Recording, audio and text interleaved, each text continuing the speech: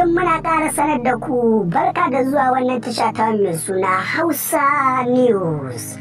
Ba za mu yi ƙasa gwiwa ba kamar yadda muke faɗa muku, za mu fara muku ne sallama irin ta addinin musulunci. Assalamu alaikum wa rahmatullahi ta'ala wa barakatuhu. Muna ƙara sanar da ku ko kuma mu ce tunatar da ku cewa wannan tasha tamu mai suna Hausa News ba na ta taɓa yin ƙasa a gwiwa ba wajen kawo muku duk wani labarai da suke faruwa kai a faɗin jihar ku ne, a yankinmu na arewa ne, a yankin kudu ne, kai ba ma ko yankin arewa ko kudu ko kuma garin ku ba. Duk wani abu da yake faruwa a faɗin Najeriya wannan tasha tamu za ta yi ƙoƙari ta sanar da ku ko ne.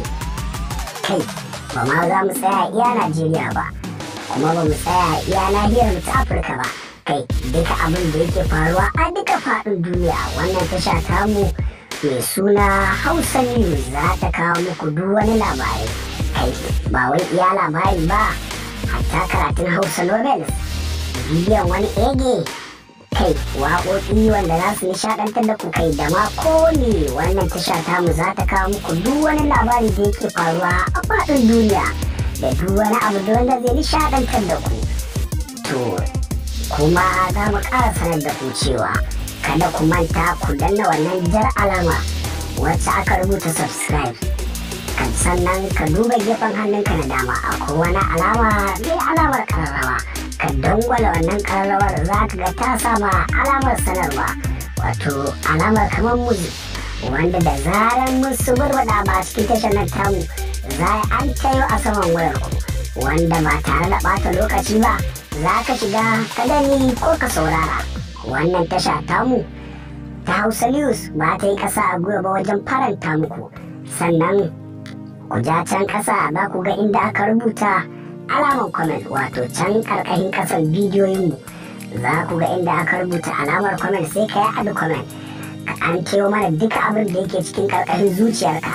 Kada ka manta idan laifin kama, idan wata shawara za ka bamu, idan wani shiri kake so wanda zai nishaɗantar da kai, ka an tayo mana shi mu kuma domin farin cikin ku, tunda ku ne masoyanmu kuma masu ziyartar tashar mu, ku ne duk wani farin cikin mu, domin da ku muke alfahari. Za mu yi kokari mu ga mun kawo muku wannan abin da kuke bukata. Kamar yadda muke sanar da ku kada mu cika ku da surutu, a yau za mu kawo muku bidiyon Maryam But wacce ta nuna ita babbar egiya ce wanda har ta iya ɗaukar bidiyon ta tsirara. Kai ana cewa dai ba ita ta ɗauka ba, to ko ita ta ɗauka ko ma ba ita ta ɗauka ba, mu dai namu sanarwa ne, tunda dai gashi ta fito ta ce Diesel ne kai ya ɗauke ta, wanda aka fi sani da Ibrahim Rufai Ahmad, wannan shahararren mawaƙin ɗan cikin fadar Kano wanda yake zaune a Amerika mai suna Diesel. Ta ce shi ne ya ɗauke ta, wanda dai za mu sanar da ku abin da yake faruwa a zuwa gaba. Idan ya shigar ta ƙara, in ma ta shigar shi ƙara, in ma an yi shari'a, kai dai kawai ku ci gaba da kasancewa da wannan tasha ta mai suna Hausa News. Insha Allah za mu yi kokari mu ga mun kawo muku duka wani abu da yake faruwa. Wannan yarinyar mai suna Maryam But daman ta yi wannan bidiyon ne, kuma sai sanadiyar wannan bidiyon da yake ta yawo kwana uku kenan rabanta da ta hau shafinta na Instagram, amma sai dai kashi an sun burbuɗa rahin dace. Daga baya da ta hau shafin nata na Instagram shi ne ta yi wannan magana, ta ce an nemi kuɗi da wannan bidiyon, wanda hakan ya sa ba ta yi ƙasa a gwiwa ba, ta kasa ba da wannan kuɗin, sai dai kash illa iyaka abin da zai ƙara sa ku nutsu, domin kowa yana da hankali yana da tunani. Mu a matsayinmu na manema labarai mun tattauna da wani mutum mai suna Ahmad wanda yake ce mana ita dai wannan bidiyon duk wani mai hankali da tunani, ta ce an nemi kuɗi ne da bidiyon, amma duk wani mai hankali da tunani idan ya dakata ya nutsu na ɗan wani lokaci zai gane cewa ƙarya ne. Dalili kuwa shi ne ai Diesel ya fi ƙarfin adadin kuɗaɗen da aka nema, domin shi kowa ya san ɗan kasuwa ne, sai dai kash tana ta ɓangaren kuma ta ce shi ne ya ɗauki wannan bidiyon, wanda har lauyanta yake ƙoƙarin cewa za a danna masa tara ta miliyan 10 kai. Za mu sanar da ku fa duka abin da yake faruwa. Ku dai kawai ku ci gaba da kasancewa da wannan tasha tamu mai suna Hausa News.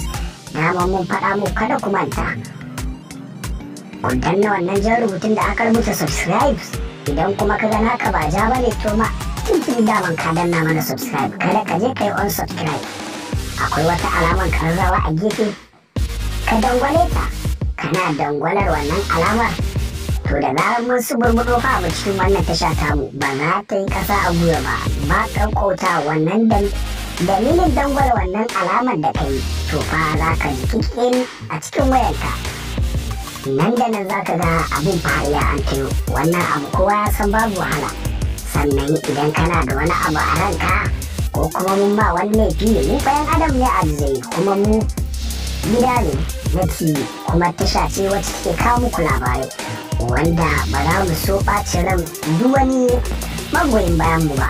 Za ku iya jan can ƙasan bidiyo kuna ganin bidiyon, sannan kuma in kuka ja can ƙasa za ku ga wani waje da aka rubuta add comment, wato akwati ne na sanarwa. Duk wani abu da yake cikin ranka ko kuma wani abu da ya makale ma a rai, ko kuma ka ga wani abu da muka yi wanda bai dace ba, ko kuma ka ga wani abu da muka yi saɓanin ra'ayinka, to fa kada ka manta ka yi maza ka garzaya wannan ƙasar ka dangwala mana wannan duk abin da yake cikin ranka ka an tayo shi, ka suburbuɗo shi, kai kada ka yi ƙasa a gwiwa fa ka sambaɗo shi ka amayo shi. Mu kuma insha Allahu za mu yi ƙoƙari ba ɓata lokaci mu ga mun cika maka duk wani burinka. Wannan tasha tamu ta Hausa News, duk wani farin cikin ku fa shine farin cikin mu. Duk wani abin da kuke so, imma novels ne, sabon labari ne, kai duk wani abu da kuke so fa kada ku manta. Wannan tasha tamu fa ba wai ta iya garin mu ko kuma jihar mu bace, a'a ba ta nahiyar mu bace, kuma ba ta nahiyar ku bace, ba iya ta Najeriya bace. Wannan tasha ce da za ta ci gaba da sanar da ku duk wani abu da yake faruwa a faɗin duniya. Kada ku manta ku danna subscribe, sannan ku danna alaman kararrawa domin samun sababbin shirye-shiryenmu daga